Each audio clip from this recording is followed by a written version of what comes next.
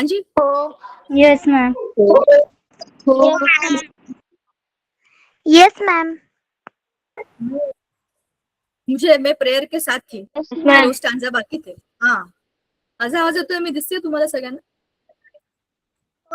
अल्फिया को तो मैं दिख रही हूँ, ठीक है. ये सबको दिख रही हूँ क्या मैं? मेरी आवाज आ रही है क्या? मला दिसत नाही पण तुम्ही कोणी? Yes ma'am.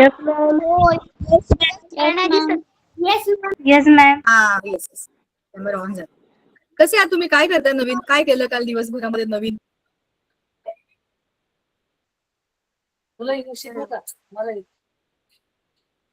काय नवीन करून पाहिलंय काल दिवसभरामध्ये? पटपट सांगायचं एका वाक्यात. आज मी हे नवं केलं, आज हे नवं पाहिलं.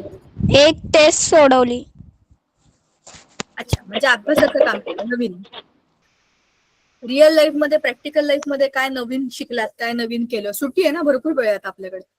घरी राहून आपल्याला रिकामे उद्योग करायला चांगली संधी असते. काय नवीन केलं? सीमा बोला. कर्नाटकला फिरायला गेलो होतो. कर्नाटकला? एका दिवसात आलास तू? बर, काय बघितलं कर्नाटकला जाऊन? हम्पी. हे कसं आहे, खूप गरमी असेल ना तिकडे आता? हो, खूप गरमी होती. काय काय बघितलं? हम्पी खूप सुंदर शहर आहे ना? हो, तिथे खूप दगड होते. बर, आणि किती दिवस गेला होता तुम्ही? 4 दिवस.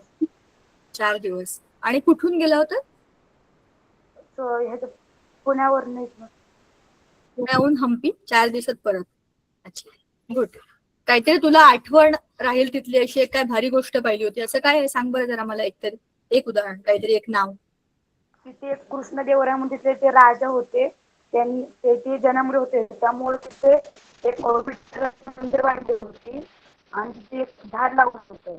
ते झाड आता सुद्धा म्हणजे चांगलं आहे. आड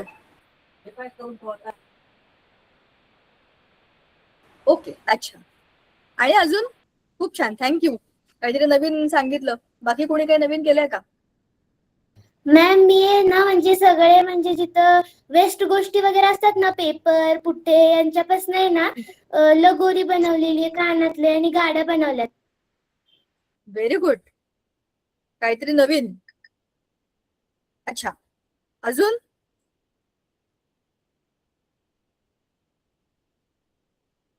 दोन जणांनी काहीतरी नवीन केलंय, बाकीच्यांनी काय केलंय? बाटलीपासून पंखा बनवलाय. ओके. ओवीने पण हँड रेस केलाय. काही सांगायचंय का? नाही तर मग मी टॉपिक सुरू करेन ना, नंतर मग गप्पा मारायला वेळ नाही.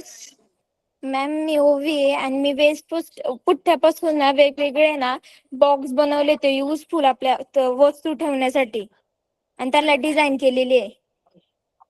काहीतरी नवं केलं असशील. मला माझ्या नंबरवर वेगळं व्हॉट्सअप केलं तरी चालेल. मला वाटतं आपला ग्रुप लॉक्ड आहे ना, तर तुम्ही हे जे काही क्रिएटिव्ह गोष्टी बनवल्यात त्या मला पाठवल्यात तरी चालेल. म्हणजे मला समजेल तुम्ही काय केलंय. मला बघायचं असतं ते सगळं, पण बिकॉज ऑफ धिस रिस्ट्रिक्शन कधी कधी ते माझ्यापर्यंत येत नाही. तर हे खूप काहीतरी वेगळं करून पाहिलं असेल तर आपण सगळ्यांना दाखवू शकतो की नाही.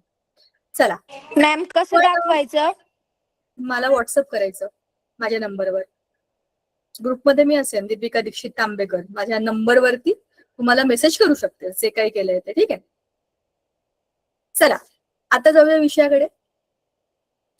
नेहमीप्रमाणे आज आपण कुठल्या तरी अशा आपल्या आजूबाजूला असलेल्या वस्तूंना, त्याच्यामधल्या कन्सेप्टना समजून घेणार आहे. त्याच्या मागचं सायन्स काय आहे ते जाणून घेणार आहे. ठीक आहे, तर आपल्याला काय आहे आजच्या टॉपिक मध्ये बघा. आपण कालच्या लेक्चरमध्ये बघितलं होतं, एका बाजूला लोखंड होतं आणि एका बाजूला गंजलेलं लोखंड होतं. त्या दोघांमधला फरक काय आहे आपण कालच बघितलं होतं. एक होता भौतिक बदल, एक होता रासायनिक बदल. म्हणजे एक होता फिजिकल चेंज, एक होता केमिकल चेंज. वस्तूंना ठोकून तोडून फोडून आपण नवा आकार दिला, फिजिकल चेंज केला.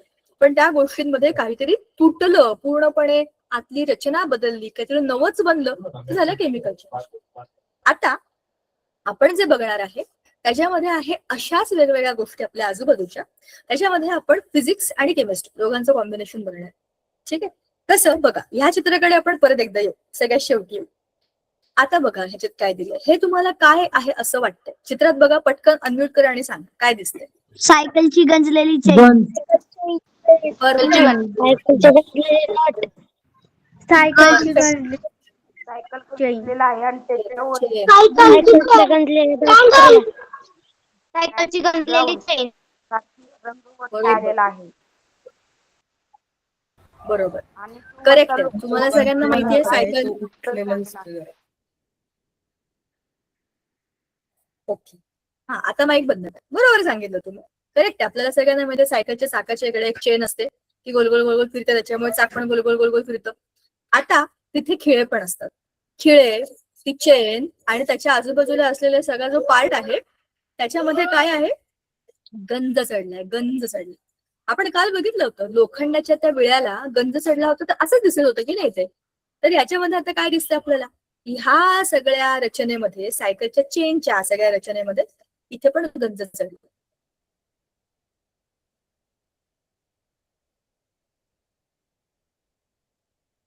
आणि स्पेशली तुम्ही या गोष्टीचा अनुभव घेतलाय का बघा, आता पावसाळ्यात लोखंडाचा पाऊस गंजायला लागतो. जास्त प्रमाणामध्ये पावसाच्या वातावरणामध्ये आपल्या लोखंडाच्या वस्तू गंजतात, बरोबर. आणि चांगल्या वस्तू पण खराब झाल्यासारख्या दिसायला लागतात. तर लोखंडाच्या पृष्ठभागावरती तो एक असा जो थर साठला जातो की नाही, गंज, त्याच्यामध्ये काय झालेलं असतं आपण काल जे बघितलं ते, तर लोखंडाच्या पृष्ठभागातल्या सगळ्या अणुरेणूंची पाण्याबरोबर अभिक्रिया होते आणि त्याचं फेरस ऑक्साईड तयार होतं आणि त्याचाच तो वरचा पापुद्रा असतो. त्याच्यामुळे आपलं लोखंड जे आहे ते विचित्र दिसायला लागतं आणि ना थोडं थोडं कमजोर पण होतं, बरोबर. आता जर आपण त्या वरच्या पृष्ठभागाला काहीतरी पेंट केलं, त्याच्यावर काहीतरी लावून टाकलं, जेणेकरून वरच्या हवेतल्या पाण्याचे म्हणजे पाण्याच्या मॉलिक्युल्सचा किंवा पाण्याच्या आर्द्रतेबद्दल किंवा ज्याला आपण पाण्याची वाफ म्हणतो हवेतली, तिचा संपर्कच तोडून टाकला, तर आपला हा जो पृष्ठभाग आहे वस्तूंचा तो खराब होईल का, गंजेल का? नाही.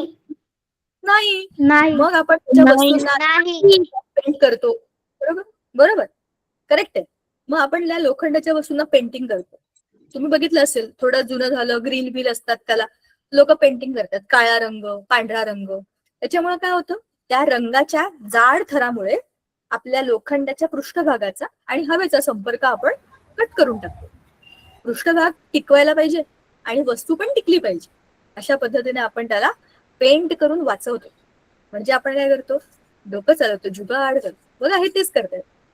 बघा काय केलंय, चाकाच्या वरचं लोखंडाचा पेंट केले. लोखंडाचा असा गोलाकार भाग आहे, त्याला लाल पेंट मारतात. त्यांच्यावर बरोबर आहे की नाही. ट्रॅक्टरच्या पार्ट्सला पेंट करतात. तुम्ही बघितले असतील ट्रॅक्टर असेच असतात, लाल, जांभळे, डार्क कलरचे, चांगले भरपूर लेअर असतात त्याचे.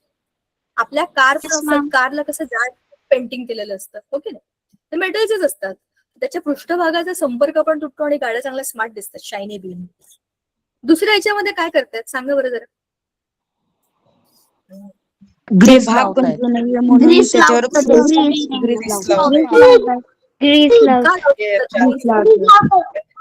नये म्हणून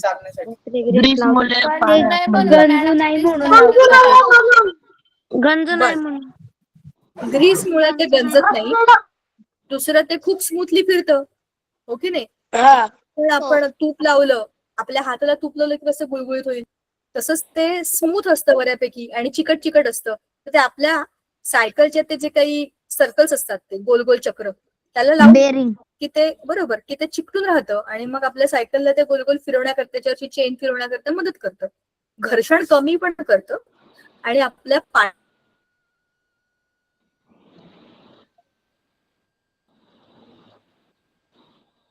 मॅम आवाज नीट येत नाही. To in one. मॅम आवाज नीट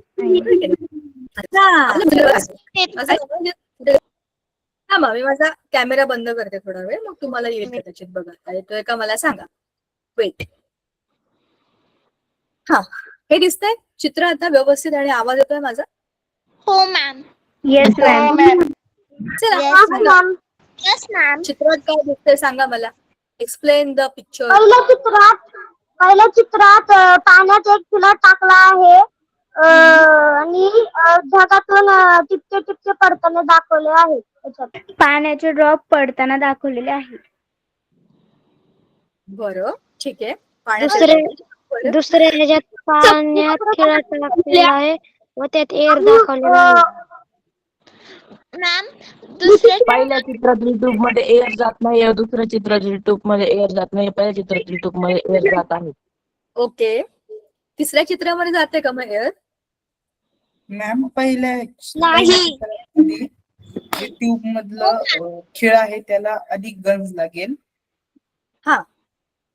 व दुसऱ्या ह्याला त्याच्यापेक्षा जरा कमी वेळ लागेल आणि तिसऱ्या ह्याला लागणार नाही लवकरच. दुसऱ्या याला थोडा कमी वेळ लागेल. का लागेल? नो एअर आहे त्याच्यामध्ये, नो एअर. त्याच्यात हवा जाऊ शकत नाही. हवाच्या साह्याने फाटत गंजते आणि हवा नसल्यावर हवा आणि पाणी कारण की खिळा त्याच्या एकदम मध्ये हे झालाय, अख्खा बुडून गेला आहे म्हणून बरं, तुम्ही जरा कमी वेळ लागेल. मॅम शेवटच्या ट्यूब मध्ये पाणीच नाहीये म्हणून ते गंजणारच नाही. बरोबर, शाबास. आणि पहिल्या पहिल्या ट्यूब मध्ये ते लवकर गंजेल लवकर कारण गंजल सगळ्यात. पाणी आणि हवा त्याला भेटते म्हणून. बरोबर. मधल्याचं काय? यात ड्राईंग एजंटमुळे पाण्याचा अंश नाहीये, फक्त कोरडी हवा आहे. शाबाश. तुमचं नाव काय? आर्या. Very good. मग आर्या, दुसऱ्या चित्रामध्ये काय होतं ते सांग मला. यात पाण्यावर तेलाचा थर असल्याने हवा खिळापर्यंत पोहोचू शकत नाही. बरोबर. पण मग खिळ्याचा तो भाग जो पाण्यामध्ये आहे तो गंजेल का? हो मॅम. गंजेल. पण वरच्या संपर्क नसल्यामुळे झाल्याशिवाय ते गंजत नाही. बरोबर. आणि पहिल्या याच्यामध्ये तुम्ही सांगितलं की तो सगळ्यात आधी गंजेल. सो बरोबर, करेक्ट आहे. 3 खिळे आहेत, 3 एकसारख्या टेस्ट ट्यूब आहेत. पहिल्या याच्यामध्ये नुसतंच पाणी आणि टेस्ट ट्यूब उघडी आहे. खालून पाणी वरून वाफ मस्त चाललंय, म्हणजे सगळ्या बाजूने आपला खिळा नक्की गंजेल, लवकर गंजेल आणि आपल्याला तो बदल समोरून दिसेल. बरोबर. दुसऱ्या खिळ्यामध्ये ती म्हणाली तसं वरती तेल टाकलंय किंवा काहीतरी बंद केलंय, सील केलंय त्याला. खाली पाणी आहे, वरती खिळा आहे आणि त्याला तुम्ही बंद केलंय, म्हणजे वरून एअर पासेज बंद करून टाकलंय. तर वरच्या हवेतल्या संपर्काचा काही संबंधच नाहीये खिळ्याशी. हवेमध्ये किती पण आर्द्रता असू दे किंवा हवेमध्ये किती पण मॉइश्चर असू दे, आपल्या खिळ्याला काहीही होणार नाही. आपण जे मगाशी बोललो होतो की पावसाळ्यामध्ये लोखंडाच्या वस्तू लवकर गंजतात, तर पावसाळ्यामध्ये पाणी असतं म्हणून गंजत नाही, हवेमध्ये आर्द्रता जास्त असते म्हणून त्या गंजतात. म्हणजेच काय, गंज चढण्याकरता पाण्याची वाफ जास्त काम करते पाण्यापेक्षा. तर खालचा जो खिळ्याचा भाग आहे ना, हा इथला जो पाण्यामध्ये ऑलरेडी बुडालेला आहे, याची हळूहळू हळूहळू रिएक्शन होईल. कारण याच्यामध्ये H2O पाणीच आहे, पण ते लिक्विड आहे. वाफेच्या मानाने ह्याची reaction will be very slow. आणि याच्यामध्ये काय, ड्राईंग एजंट आहे विच ब्लॉक्स वॉटर. तर ह्याच्यामध्ये पाणी येणारच नाही, त्याची वाफ बाहेरच्या बाहेर निघून जाईल. तर ह्याचा वाफेशी म्हणजे पाण्याच्या आर्द्रतेशी काही संबंधच राहणार नाही. No contact with the moisture, so no rusting at all. तर 3 खिळ्यांमधला सगळ्यात पहिले खराब होणारा खिळा will be in tube A, then tube B, then tube C. Perfect, very good. तुम्हाला ऑलरेडी सगळं माहिती आहे रे. चला आता think like a scientist the summer bust. आता बघूया तुम्ही तुमचं जे सुरू झालेलं डोकं आहे ते कसं वापरता. बघा, it is the peak of the Indian summer. हे तुम्हाला आता काय वेगळं सांगायची गरज नाहीये. आपल्याकडे ऑलरेडी लयच गरमी आहे. काय गरमी आहे बाहेर, किती गरम होतंय बघा. Reaching 45 degree Celsius. बाहेरचं तापमान 45 डिग्री सेल्सिअसच्या आसपास आहे. पुण्यामध्ये पण 42-43 डिग्री टेम्परेचर झालं होतं यावर्षी. You leave your fully pumped bicycle in the direct sunlight for 4 uninterrupted hours. म्हणजे काय झालं, आता बघा उन्हाळ्याची सुट्टी आहे, आपल्याला सायकल बिकल चालवायची असते, कुठे कुठे फिरायला जायचं असतं. मग आपण सायकल रिपेअर करून आणतो, त्यात हवा बिवा भरून ठेवतो आणि सायकल आपण जर घराच्या बाहेर आपली जी मोकळी जागा असेल तिथे ठेवली, तर कडक उन्हामध्ये 4 तास आपली सायकल तापली आता पूर्णपणे. मग आता तुम्ही मला सांगा की ह्या सिच्युएशन मध्ये आपल्या टायरचं काय होणार? टायरची हवा जाईल.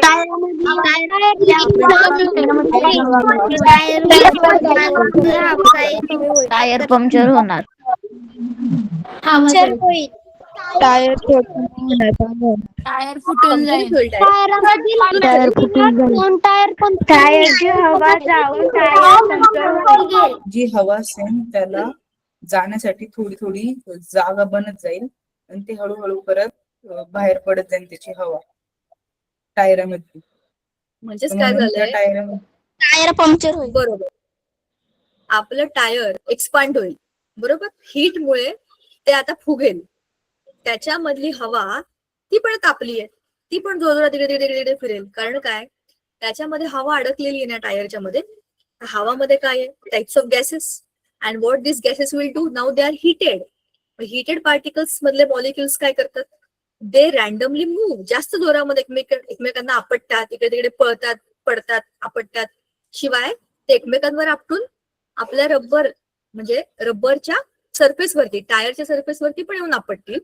याच्यामुळे काय होईल, ओव्हरऑल आतली एनर्जी पण वाढेल, बाहेरून पण हीट आहे, आतून पण ते एकमेकांना मारामारी करून पसरतायत आणि काय करतायत, आतून पण गरमी बाहेरून पण गरमी, अशी सिच्युएशन तयार होईल, बरोबर.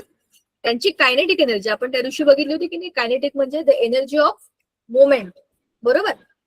त्याच्यामध्ये काय होणार आहे, ह्या सगळ्या टायरच्या आतल्या मॉलिक्युल्सची आणि बाहेरची टोटल हीट वाढलेली आहे. तुम्ही म्हणताय तसं खूप जास्त प्रमाणामध्ये असं झालं तर काय होईल, टायरला कुठेतरी होल पडेल, आतली हवा हळूहळू बाहेर येईल, पंक्चर होईल, किंवा लवकर खडा बिडा त्याला टोचला चालवताना तरी तिकडे ते फुटेल, टायर बस्ट होईल. करेक्ट, हे असं होणारच आहे. म्हणजेच काय, आपलं टायर खराब होईल, सायकलच कामाची राहणार नाही. मग काय करायचं, सावलीत ठेवायचं, झाकून ठेवायचं. सायकलला कव्हर असेल तर ते कव्हर टाकून ठेवायचं, जेणेकरून आपल्या टायरना आपण प्रोटेक्ट करतो, हो की नाही. सो आपल्या आजूबाजूला हे फिजिक्स सुरू असतं, expansion of the solids due to heat, बरोबर. आता try this the candle and the jar, हा प्रयोग आपल्याला माहितीतला प्रयोग आहे. Light a small candle and place a small glass over it. Time exactly how long the flame lives. Repeat the experiment using a much larger jar. आता तुम्हाला काय करायचंय, हे आपल्याला सगळ्यांना माहिती असलेलं लहानपणापासूनचं जनरल एक्सप्लेनेशन आहे. तुम्हीच मला सांगा, पहिल्याच्यात काय आहे, मेणबत्ती लावलेली आहे. मेणबत्ती लावलेली आहे. मेणबत्ती लावलेली आहे. किती वेळ मेणबत्ती पेटलेली, लावलेली आहे.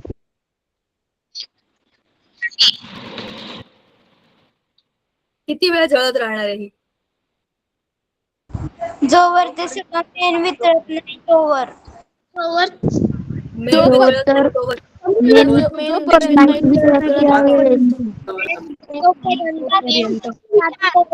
तोपर्यंत जोपर्यंत की मेन नाही तोपर्यंत मेन दिसत. जोपर्यंत किंवा मेण जेव्हा ज्वार आलं वितळेपर्यंत, की ती विझून जाणार. मेन वाद संपसपर्यंत मेन वाद संपेपर्यंत. ओके, पुढे संपेपर्यंत. चला थांबवा. दुसऱ्या याच्यामध्ये काय झालंय सांगा मला. बाटलीतला ऑक्सिजन संपेपर्यंत मेणबत्ती जळेल. ऑक्सिजन संपेपर्यंत. बर, आणि बाटलीमध्ये आता काय vacuum केलंय, तयार होईल. टायमर लावलाय, टायमर. बर ऐका, आता इथे काय केलंय, टाइम 1 म्हणजे कोणता, ज्या वेळेला आपण बाटली ठेवली, आणि टाइम 2 म्हणजे कोणता, ज्या वेळेला कॅन्डल बुजली.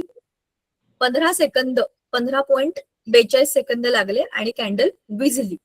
तर एवढ्या वेळामध्ये काय झालं, कॅन्डल आणि बॉटल आणि त्याच्या आत झालं काय,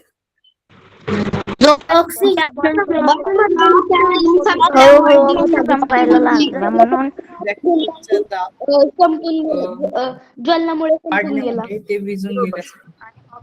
ऑक्सिजन संपल्यामुळे ते विझून गेलं. ऑक्सिजनमुळे वाद जळली व कार्बन डायऑक्साईड चा बाहेर दाब निघाला. वाढल्यामुळे ते विझून गेले असेल आणि त्याला ऑक्सिजन नसेल भेटली जळण्यासाठी.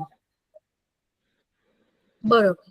म्हणजेच काय, बॉटलच्या मध्ये अडकलेला जो काही ऑक्सिजन होता तो ह्या फ्लेमने घेतला आणि आपली स्वतःची जी काही फ्लेम बर्न होत होती ती कंटिन्यू करू दिली त्यांनी. जोपर्यंत आतमध्ये ऑक्सिजन आहे त्या ऑक्सिजनने ह्या फ्लेमला बर्न व्हायला पूर्ण मदत केली, पूर्ण सपोर्ट केला. पण जेव्हा सगळा ऑक्सिजन संपला तेव्हा काय झालं, वात विझून गेली. वात विझते तेव्हा काय होतं, बॉटलच्या आत काय दिसतं आपल्याला, धूर होतो. कार्बन डायऑक्साईड, धूळ होतो. धूर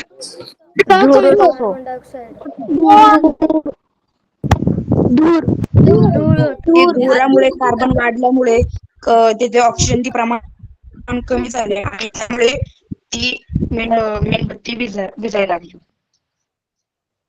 बरोबर ना, ते तर आपण बोललो, पण मेणबत्ती विझते म्हणजे बॉटलच्या आत काय होतं? जेव्हा ती मेणबत्ती जळते त्याच्यातून कार्बन डायऑक्साईड हा वायू बाहेर पडतो आणि कार्बन डायऑक्साईड वायू बाहेर पडल्यामुळे ऑक्सिजन नाहीशी होते आणि कार्बन डायऑक्साईड मुळे ती त्यापासून ऑक्सिजन भेटू शकत नाही आणि त्यामुळे ती मेणबत्ती विझते. नाही, पण जेवढा ऑक्सिजन आहे तो ऑलरेडी जळला तेवढाच कार्बन डायऑक्साईड बनला ना. कार्बन डायऑक्साईड मुळे ऑक्सिजन नाही अडकलेला, ऑक्सिजन संपलाय आणि जसं जसं बर्निंग होतं तसं तसं कार्बन डायऑक्साईड बनतोच आहे. ज्या वेळेला आपली फ्लेम बंद होईल म्हणजे वात विझेल त्यावेळेला नुसता पांढरा धूर आपल्याला दिसेल, तो कार्बन डायऑक्साईडचाच असतो ना, जो तेव्हा पण आधी पण येतच होता की जेव्हा वात जळते तेव्हा कार्बन डायऑक्साईड बनतोच, पण आपल्याला दिसतो केव्हा? जेव्हा वात विझते तेव्हा. म्हणजे वात विझल्यावरती बॉटलच्या मध्ये सगळा कार्बन डायऑक्साईड गॅसच आहे, ऑक्सिजन नाहीच आहे, कारण तो संपला म्हणूनच वात विझली, बरोबर की नाही? हे सगळं व्हायला एवढ्याशा बॉटलला जवळपास 15 सेकंद लागले. आता आपण दुसऱ्या प्रयोगामध्ये काय केलं, ह्या बाटलीपेक्षा आणखीन थोडी बाटली मोठी आकाराची घेतली आणि सेम प्रयोग रिपीट केले. आता बघा याच्यामध्ये काय केलंय, T1 T2 या दोन T2 मध्ये काही अंतर दिसतंय का बघा बरं? त्याच्यामध्ये जास्त चित्रातली बरणी उलटी आहे व दुसऱ्या चित्रातील बरणी तिसऱ्या चित्रात पहिल्या चित्रात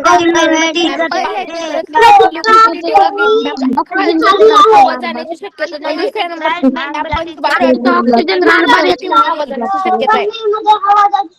कमी आहे.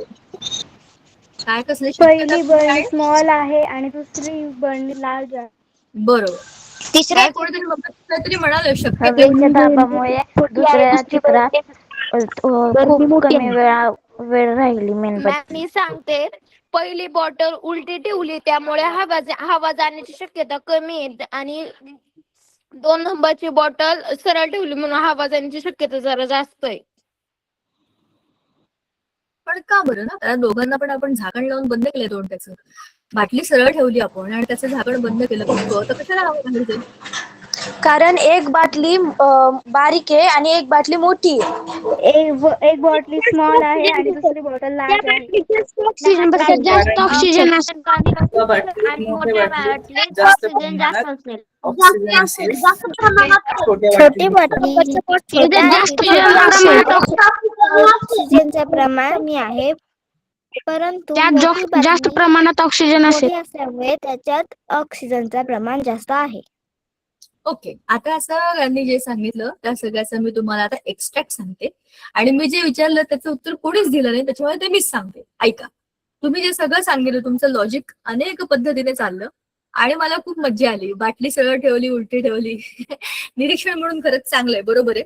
पण असं का दिलं असेल?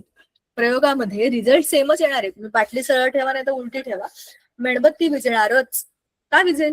कारण या बाटलीला आपण झाकण लावलंय. झाकण लावलंय म्हणजे बाहेरची हवा आत येऊ शकत नाही आणि आतली हवा पण बाहेर जाऊ शकत नाही. हेच झाकण तुम्ही इथं उलटं लावून म्हणजे बाटली उलटी ठेवून खालच्या बाजूला ठेवलं होतं. ह्या प्रयोगामध्ये किंवा या प्रयोगामध्ये बाटली सरळ ठेवून किंवा उलटी ठेवून परिणामामध्ये फरक पडणार नाही, आपली मेणबत्ती विझणारच आहे. पण अंतर मात्र लवकर जास्त आवाज येत नाही मॅम जास्त तुमचा आवाज ब्रेक होतोय. पडलाय बघा. ह्याच्यामध्ये आवाज break 15 होतोय. सेकंद आणि 42 मिनिट आणि 12 सेकंद आणि पुढे मिलीसेकंद म्हणजे काय मॅम आता हे मला तर चांगलं नेटवर्क एकदम चांगलं आहे. येतोय, मागाशी नव्हता येत. आवाज येतो. मॅम मॅम येतोय. मॅम येतोय. हे कोण आहे हा इडियट? आवाज येतोय असं म्हणणारा. मला पण तुझा आवाज येतोय, तू जे काय बोलतोस ते मला तसंच ऐकू येतंय. सो असं बोलायचं नाही, कारण सगळ्यांना पण तसंच ऐकू येतं. बरं चला ऐका आता. हा, आपण काय बोलत असं होतो, याच्यामध्ये मज्जा अशी आहे या 2 प्रयोगांमध्ये, बाटलीमध्ये किती प्रमाणात ऑक्सिजन आहे तेवढा वेळ आपली मेणबत्ती जळणार आहे. तो इथे वेळ बघा ना, पहिल्या प्रयोगामध्ये 15 सेकंदाच्या आसपास मेणबत्ती जळली, दुसऱ्या याच्यामध्ये जवळपास 1 मिनिट आणि 12 सेकंद म्हणजे जवळपास 1 मिनिटच धरू आपण, राऊंड ऑफ केलं तरी पण 1.5 मिनिट होत नाही हे की नाही. तर ह्याचा अर्थ असा आहे की 1 मिनिटाच्या वर या बाटलीमध्ये मेणबत्ती जळू शकली कारण याच्यापेक्षा खूप जास्त प्रमाणामध्ये ऑक्सिजन इकडे होता.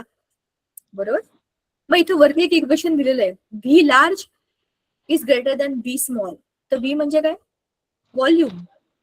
या बॉटलमध्ये जो काही व्हॉल्यूम ऑफ एअर आहे, स्पेशली व्हॉल्यूम ऑफ ऑक्सिजन आहे, तो खूप जास्त आहे compared to this volume of air inside this bottle. म्हणजेच काय, याची वेळ time T large is greater than T small. याच्यामध्ये जास्त वेळ आपली कॅन्डल राहील आणि याच्यामध्ये कमी वेळ राहील. सिंपल आहे की नाही. जितका जास्त व्हॉल्यूम ऑफ एअर, जितका जास्त व्हॉल्यूम ऑफ ऑक्सिजन, तितकी जास्त आपली फ्लेम चालू राहणार आहे. It's so simple. हे तर तुम्ही असेही बघून सांगितलं मला. पण हे काय आहे, आपल्या आजूबाजूला असलेला फिजिक्सचा लॉ आहे हा. ठीक आहे ना. म्हणजेच काय, आपल्याला हे समजलं की ह्याचं वेळेशी आणि व्हॉल्यूमशी काहीतरी कनेक्शन आहे. आता समजा तुम्ही बॉटल घेतली आणि बॉटल घेतली आणि हाच प्रयोग तुम्ही रिपीट केला, तर तुम्हाला त्या 2 वेळा मिळाल्या, आणखीन 2, आणखीन 2, असं करत करत करत तुमच्याकडे एक रिडिंग येईल. याचं व्हॉल्यूम, याचं व्हॉल्यूम, याचं व्हॉल्यूम, त्याचं व्हॉल्यूम आणि time time time time time. बघा, तुम्हाला असा ग्राफ बनवता येईल. मग तुम्हाला काय दिसेल, तुमचा व्हॉल्यूम जसजसा वाढला तशी तुमची वेळ सुद्धा वाढली, असा तुमचा ग्राफ बनेल. Line graph. लाईन म्हणजे सरळ लाईन मध्ये तो वाढत जातो. बरोबर. आणि तुम्ही असा प्रयोग करून, जर खरं खरं तुम्ही असा प्रयोग करणार असाल स्वतःच्या घरी, तर स्वतःचं डोकं चालवून एकटं घरात असताना असलं काही उपद्व्याप कधीही आयुष्यामध्ये करायचा नाही. घरात कोणीतरी मोठी माणसं असली पाहिजे जे तुमच्यापेक्षा जबाबदार आहे. प्रयोग का? कुठलाही प्रयोग ज्याच्यामध्ये आग आहे, काही केमिकल आहेत, काहीतरी करून बघायचंय. कुठलाही प्रयोग करताना घरातल्या लोकांना अंदाज द्यायचा की मी काय आज आगाऊपणा करणार आहे. त्याचा परिणाम काय होणार त्यांनाही माहिती नाही, आपल्यालाही माहित नाही. असं खूपदा होतं. त्यालाच तर प्रयोग म्हणतात. प्रयोग म्हणजे नवीन काहीतरी करून बघणं. पण ते करताना मोठ्या माणसाला सांगायचं, मोठ्या ताईला सांगितलं आणि ताई माझ्यापेक्षा 1च वर्ष मोठी आहे, मग काय उपयोग? दोघांनी मिळून काहीतरी करून ठेवलाय उद्योग घरामध्ये. मॅम आवाज नाही येत.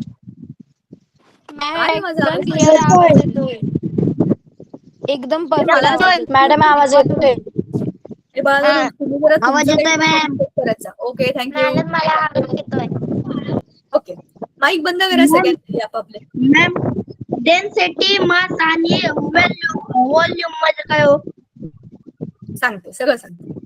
व्हॉल्यूम, मास, डेन्सिटी ह्या 3 वेगवेगळ्या महत्वाच्या फिजिक्सच्या कन्सेप्ट आहेत. पण सगळ्यांनी आधी माईक बंद करा. सांगते. मॅम, त्याचा मराठीत अर्थ सांगा. मास म्हणजे वस्तुमान, डेन्सिटी म्हणजे घनता, व्हॉल्यूम म्हणजे आकारमान. ओके, चला. आवाज नाही येत. किती लोकांना माझा आवाज येत नाहीये रे? मी तर येतोय मॅम. बंद केलाय. एकदम परफेक्ट आवाज येतोय. एकदम परफेक्ट येतोय. थँक्यू. मुलांनो, ज्यांना कोणाला माझा आवाज येत नाही, तुम्ही तुमची मीटिंग लिव्ह करा, परत जॉईन करा. असं होऊ शकतं की तुम्हाला नेटवर्क प्रॉब्लेम आहे. मला फुल, आज मी वायफायच्या जवळ जाऊन बसले, सो आज मला काहीच प्रॉब्लेम नाहीये. ओके, चला. The invisible breath of fire. अरे हे बघा, हे पूर्वीच्या काळी आपल्याकडे भारतामध्ये ठिकठिकाणी असं चित्र होतं. जेव्हा प्रत्येक घरात सिलेंडर पोहोचले नव्हते, तेव्हा लोकांना ऑप्शन नव्हता, असा स्वयंपाक करावा लागायचा. आजही तुम्ही बऱ्याच ठिकाणी बघाल चुली असतात. मागच्या 1-1.5 महिन्यापूर्वी तर परत चुली एकदम फॉर्म मध्ये आल्या होत्या, जेव्हा सिलेंडर मिळत नव्हते. तर याच्यामध्ये काय होतं, तुम्ही कधी कोणी वापरून पाहिली आहे का? तुमच्या कोणाच्या घरी आहे का अशी चूल? Yes ma'am.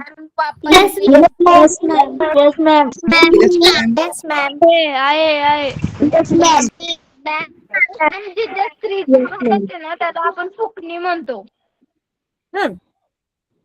मग तुमच्या घरी आहे अशी? म्हणजे हो मॅम. फुकाररी म्हणतात. मॅम, आमच्या घरी आहे.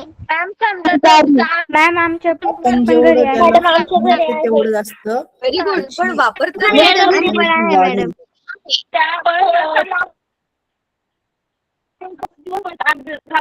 त्या नळी फुटल्यानंतर आग वाढते. मॅम, आम्ही आधी त्याचा वापर करायचो.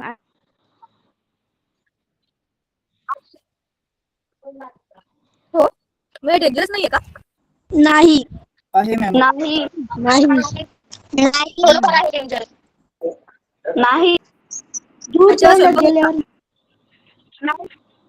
बर मॅम डेंजरस काय आहे कारण की जेव्हा आपण जेव्हा फुकतो आपल्या हवा परत घेतो तेव्हा त्या चुलीमधली हवा असते ना ती ती ना आपल्या नाक म्हणजे तोंडापर्यंत जाते.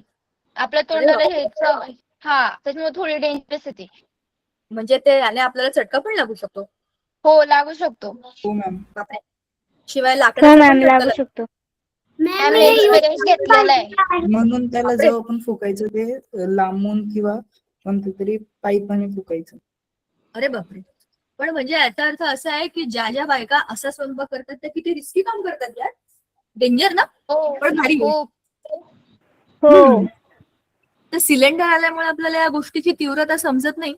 पण ज्यांनी असा अनुभव घेतला असेल त्यांना हे माहिती असेल की जेव्हा आपण हवा फुंकतो याच्यामध्ये फ्लेम मध्ये, असं नाही की मला हे माहिती नाहीये, मी हे पाहिलंय बरं का.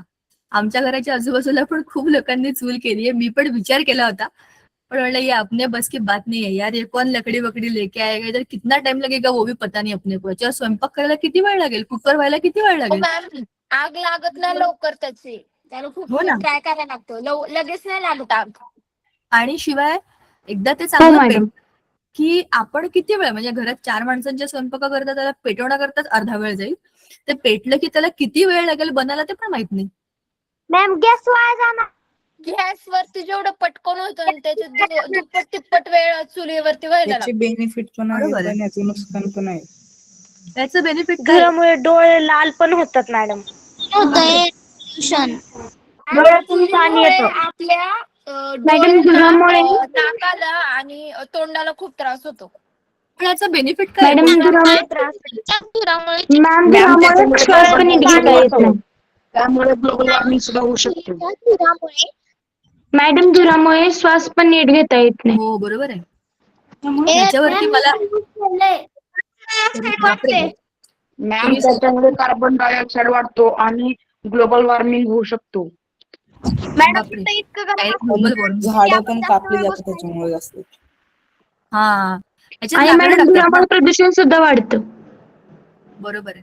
तर थोडक्यात आपण ह्याच्यातनं सगळ्या विषयांवरती गेलो.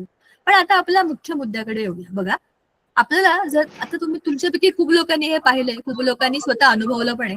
पण आपल्याला समजा ही आग पेटवायची असेल तर ह्या बाईने अशी फुंक मारली तोंडाजवळ धरून, असं केल्याने लवकर पेटेल का हिने लांबून फुंक मारल्याने लवकर पेटेल? सांगा बरं. असं केल्याने ती लवकर पाईपाने पेटणार. फुंकणार असं नाही. केल्याने तोंडाजवळ पेटेल.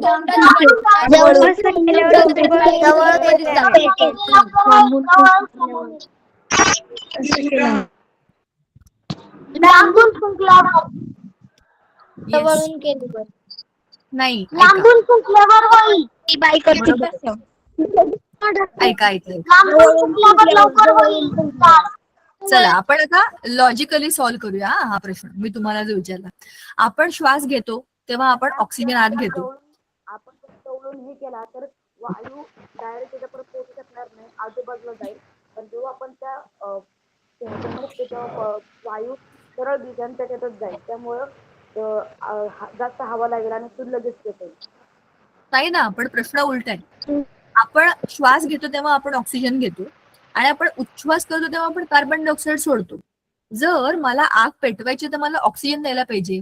माझ्या उच्छ्वासातनं म्हणजे मी फू करून फुंकलं तर माझ्या उच्छ्वासातनं कार्बन डायऑक्साईड जळाले ना. कार्बन डायऑक्साईडमुळे उलट ही हवा उलटी गेली तिकडे. जी नको जायला पाहिजे तो वायू गेलाय, म्हणजे आहे ती आग पण विझून जाईल. मला ऑक्सिजन पाहिजे, ऑक्सिजन हवेमध्ये तर मला कसं फुंकलं पाहिजे? मॅडम चुलीचा खालचा भाग असतो ना पाहिजे. लांबून लांबून पाहिजे. राईट. दोन फायदे. लांबून मॅम लांबून फुंकलं पाहिजे. करेक्ट आहे. लांबून फुंकण्याचे दोन फायदे काय आहेत? आजूबाजूची हवा आणि त्यातलं ऑक्सिजन सरळ आतमध्ये. हा आणि आपल्याही तोंडामध्ये आतली पोकळीतनं जी हवा आत येईल ती आपल्याला लागणार नाही, बाहेर निघून जाईल. म्हणजे आपण फुंकत मारू, काम तेच करू, पण असं करू की त्याच्यामुळे इथे आग पेटेल आणि आपल्याला त्याचा काही दुष्परिणाम भोगावा लागणार नाही. बरोबर. आता ही आपल्या आजूबाजूला असलेली हवा आपल्याला दिसत तर नाही, पण काम कसलं भारी करते ना. फुगल्यामुळे हे भरपूर भरपूर पेटतं आणि हे पेटतं आणि आपला स्वयंपाक होतो. भले काम वाढतं, आपल्या गॅसपेक्षा हे वाढीव काम आहे. पण पूर्वीच्या काळी जेव्हा गॅस बीस नव्हते, सिलेंडर नव्हते, तेव्हा याच्याच भरोश्यावर आपल्या कितीतरी पूर्वीच्या पिढ्या जगलेल्या आहेत चुलीवरच्या जेवणावर. मॅडम आमची आजी सुद्धा आणखी सुद्धा भाकऱ्या करते चुलीवरती. हो ना. आणि हॉटेलमध्ये तर आजकाल अनेक ठिकाणी स्पेशल चुलीवरचं जेवण मिळतं. तर तिथे काम हो करणाऱ्या मॅडम. याच्यावरतीच बिचाऱ्यांना करावं लागतं, कारण याची चव वेगळी असते ना, चांगली असते, छान जे असते. मॅडम मॅडम जे नॉनव्हेजचे दुकान असतात ना त्याच्याकडे खास करून चुलीवरच मिळतं. हो ना, काय माहिती किती वेळ लागतो त्यांना शिजवायला. पण सांगायचा मुद्दा Yes, असा की याच्यामध्ये आहे फिजिक्स आणि केमिस्ट्री. फिजिक्स का तुम्ही कसं फुंकणार तर तुमचे एफर्ट्स कमी होतील, आणि केमिस्ट्री का आता काय टाकणार आणि ते पेटणार, हो की नाही. आणि बायोलॉजी का हे आपणच करतोय ना, म्हणून. आता बघा, हवा म्हणजे काय, it's a mixture of gases, बरोबर. त्याच्यामध्ये 21% ऑक्सिजन आहे आणि कार्बन डायऑक्साईडचं प्रमाण किती आहे बघा, बिचारा 0.03%च आहे. एवढूसा आहे तरी किती पोल्युशन करतोय. कारण एवढ्या प्रमाणाला आपण फक्त म्हणतोय, पण ते वाढत चाललंय आणि ते वाढल्यामुळे बाकीचे प्रॉब्लेम पण वाढतात. नंतर आहे द ब्ल्यू नायट्रोजन. एवढा मोठा नायट्रोजन आहे, 78%. आणि 78%. Trace inert gases. Inert gases म्हणजे असे गॅसेस जे कोणाबरोबर अभिक्रिया करत नाही. हा कोणता गॅस असेल, हा इथे निळा आहे, हा नायट्रोजनच आहे ना. मॅडम तोच वाटतोय मॅम. नायट्रोजन नायट्रोजनच आहे मॅम. नायट्रोजन असेल. नायट्रोजनच आहे. चित्रामध्ये चूक अशी झालेली आहे, ही हिरवी पट्टी याला जोडून इथे असायला पाहिजे होती, आणि मग Yes, पूर्णच्या ma'am. पूर्ण नायट्रोजन असं असायला पाहिजे होतं. मॅम मग आपण मॅडम माझ्याकडे ड्रॉइंग नेहमी दाखवू का, ह्याच्यापेक्षा सेम आहे. दाखव. आता स्क्रीनवर शेअर करतेस का? दाखव दाखव. या ह्याच्यातनं कुठलं बरं हे तिचं. पहा मॅम. 6वीच्या पुस्तकामधलं चित्र आहे. हो ना. हो मॅम. हा, हे बघ तिने दाखवलं. आपण त्याला मोठं करूया काय, तिचं चित्र आपण त्याला मोठं करूया.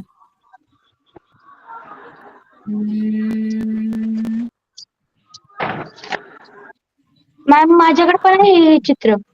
हा, पण आता हिने दाखवलंय ना, मला नाही बघूया आपण जरा सगळे बघूया. कुठे गेली ग तू?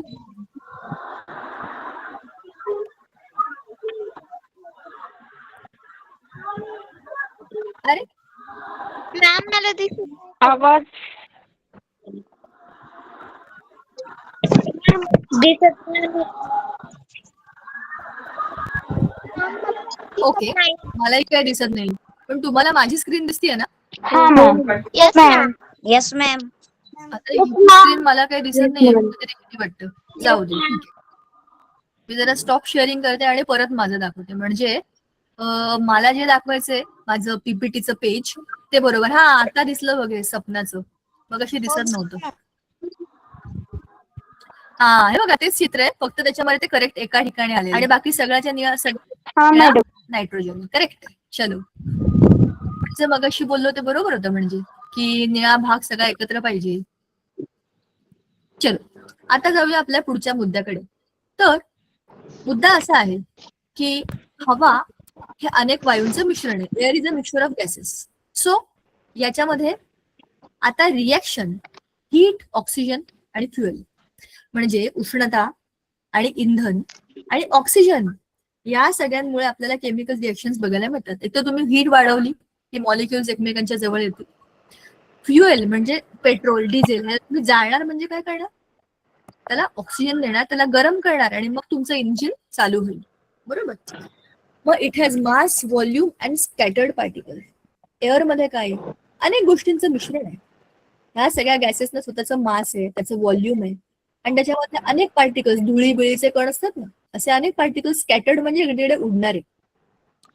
ठीक आहे. A chemical reaction that must have oxygen two release heat and light, बरोबर. कंबशन म्हणजे जळणे. जळण्याकरता काय होतं, ऑक्सिजन लागतो, आणि जेव्हा एखादी गोष्ट जळते तेव्हा त्यातनं लाईट आणि उष्णता दोन्ही बाहेर पडतो. आता कोणाला माझ्याशी नसेल बोलायचं तर तुमचा माईक बंद करा बरं. मॅम बोला. आपल्या क्लासला उद्या सुट्टी आहे का? उद्या शनिवार रविवार सुट्टी असते हो. ठीक आहे, आता बोलून झालं असेल तर बंद करा सगळ्यांनी. Add oxygen combustion speeds up, remove oxygen combustion stops. आपण जे मगाशच्या प्रयोगामध्ये केलं मेणबत्तीच्या, तुम्ही ऑक्सिजनला देणं बंद केलं रिएक्शन मध्ये तर तुमची मेणबत्ती विझणारच आहे. तुम्ही जास्त प्रमाणामध्ये ऑक्सिजन दिलं तर तुमची मेणबत्तीची फ्लेम वाढेल. म्हणजे काय होईल? जास्त ऑक्सिजन चांगलं बर्निंग, कमी ऑक्सिजन कमी बर्निंग, आणि ऑक्सिजन संपला की झिरो बर्निंग. बर्निंगच होणार नाही, जळणारच नाही, कंबशन संपून जाईल, थांबून जाईल. आता हे आपल्याला करायला सांगितलेला प्रयोग आहे. चित्रात काय दिसतंय? कोणतरी अनम्यूट करा आणि सांगा. मॅम आम्ही केलाय. सांगा. मॅम आमच्या स्कूलमध्ये टीचर आम्ही पण केलाय.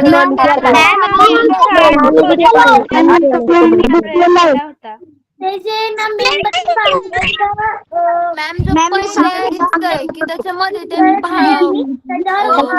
ग्लास ठेवलेला नाही, त्यामुळे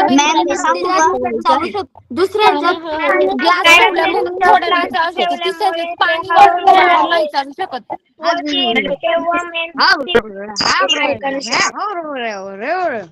हे कोण आहे हा? बाकीचे उत्तर देत आहेत. तुला बोलायचं नसेल आणि उत्तर द्यायचं नसेल तर माईक बंद कर. उगाच कोणातरी डिस्टर्ब करू नको. ते सगळे उत्तर देत आहेत म्हणून मी शांतपणे ऐकते. त्यांना त्यांच्या त्यांच्या पद्धतीने काहीतरी सांगायचंय, सांगू दे, म्हणून मी डिस्टर्ब करत नाही, ऐकते मी सगळ्यांचं. मॅम आम्ही हा प्रोजेक्ट केला होता शाळेत. थांबा.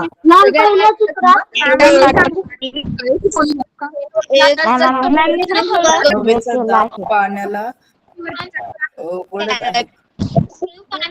मेणबत्ती जाळली, एक ग्लास त्याच्यावर ठेवला, ते पाणी हळूहळू वरती आले व मेणबत्तीला त्याच्यावरती पाणी भरलं आणि मेणबत्ती पाण्यामध्ये ग्लास ठेवलेला पाहिजे.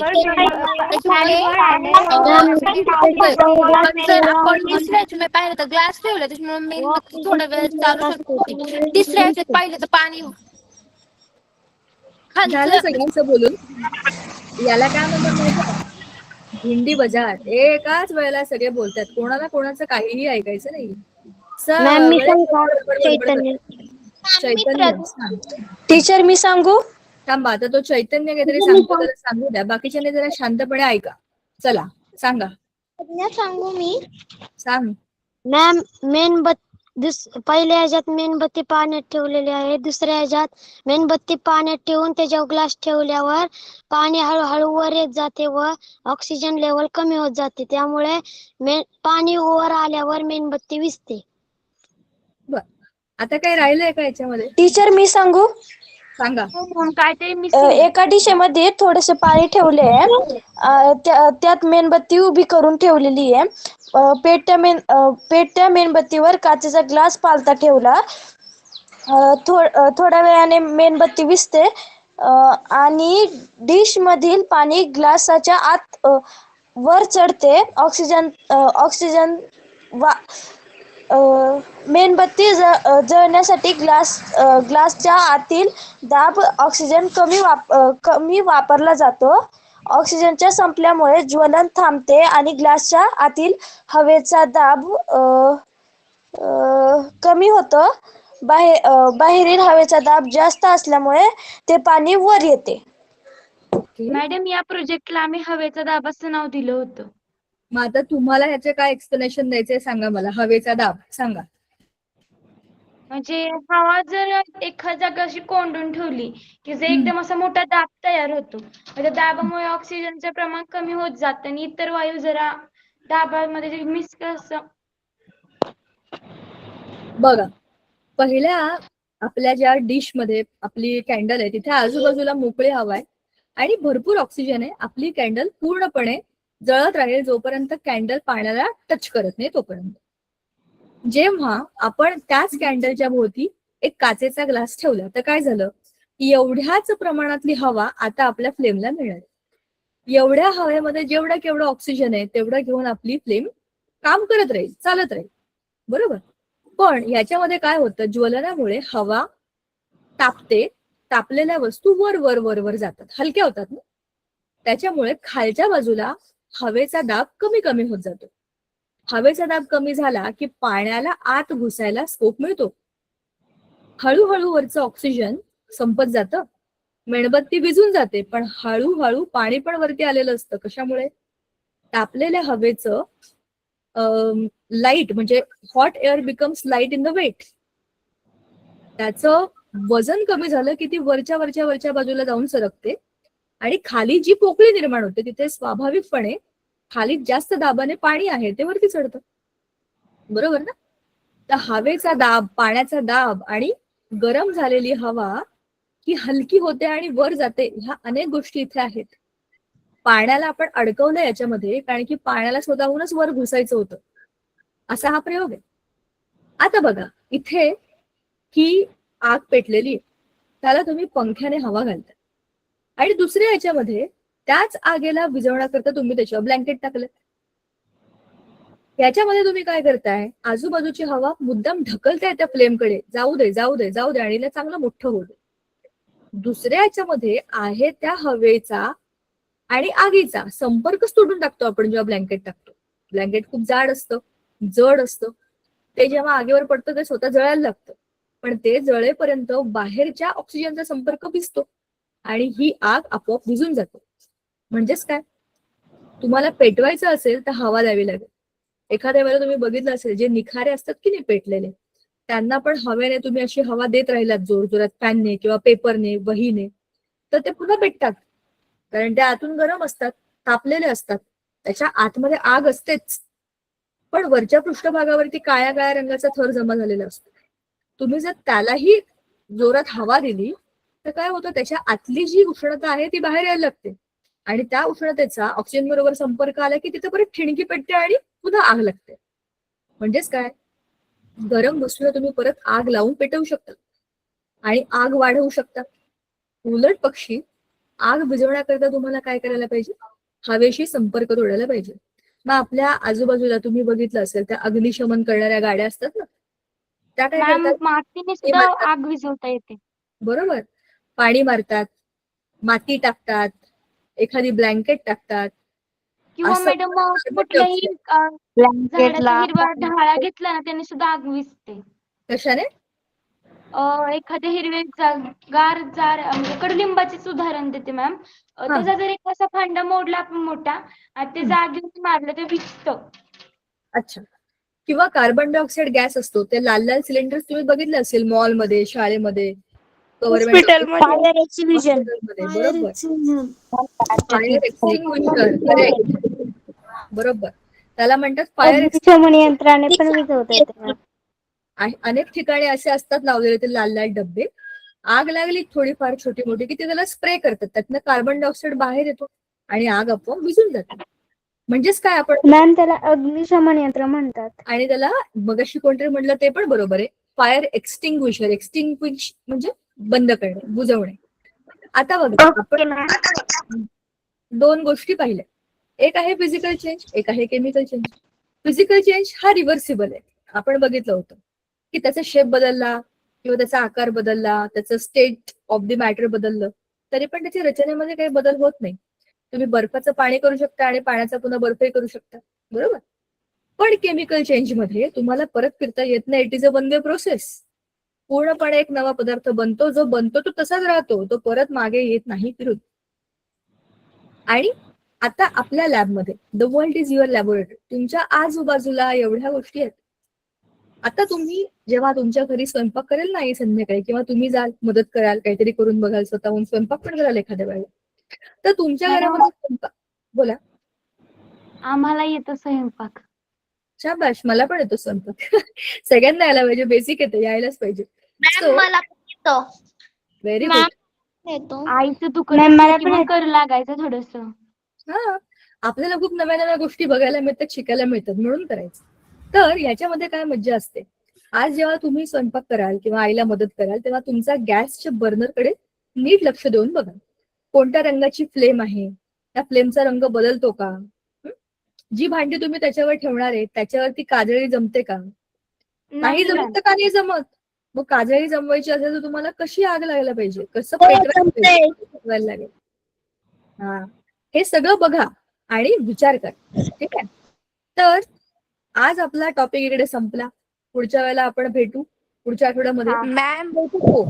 उद्या सुट्टी आहे का? मॅम मॅम मला काहीतरी विचारायचं बाय होतं मॅम. तुम्हाला. बोला. मॅम आजच्या टॉपिकचं नाव काय होतं माझ्या लक्षात नाही राहिलं. आजच्या टॉपिकचं नाव हा एकच मिनिट. लॅबोरेटरी आपल्या आजूबाजूला असलेल्या गावात मॅम तुमचा आवाज येत नाहीये नीट. विलेज लॅबोरेटरी म्हणून नाव होतं. Village laboratory. मॅम बोला. मॅम मला तुम्हाला बाय मॅम मी ज्या वस्तू बनवल्या त्या मी तुम्हाला दाखवू नाही शकत आता दाखवते. Bye ma'am. बाय बाय बोला. Bye bye. ज्यांना पटकन बाय करा आणि जा. कोणतरी काहीतरी बोलतात त्यांना बोलू दे. हे मला नाही माहिती बाळांनो. तुमची दुसरी बॅच ज्या वेळेला आहे त्या वेळेला असणार. Bye bye. मॅम हे तास किती तारखेपर्यंत चालू असणार आहे? रविवारी सुट्टी असती. मॅम उद्या कोणत्या बॅचने जॉईन व्हायचंय?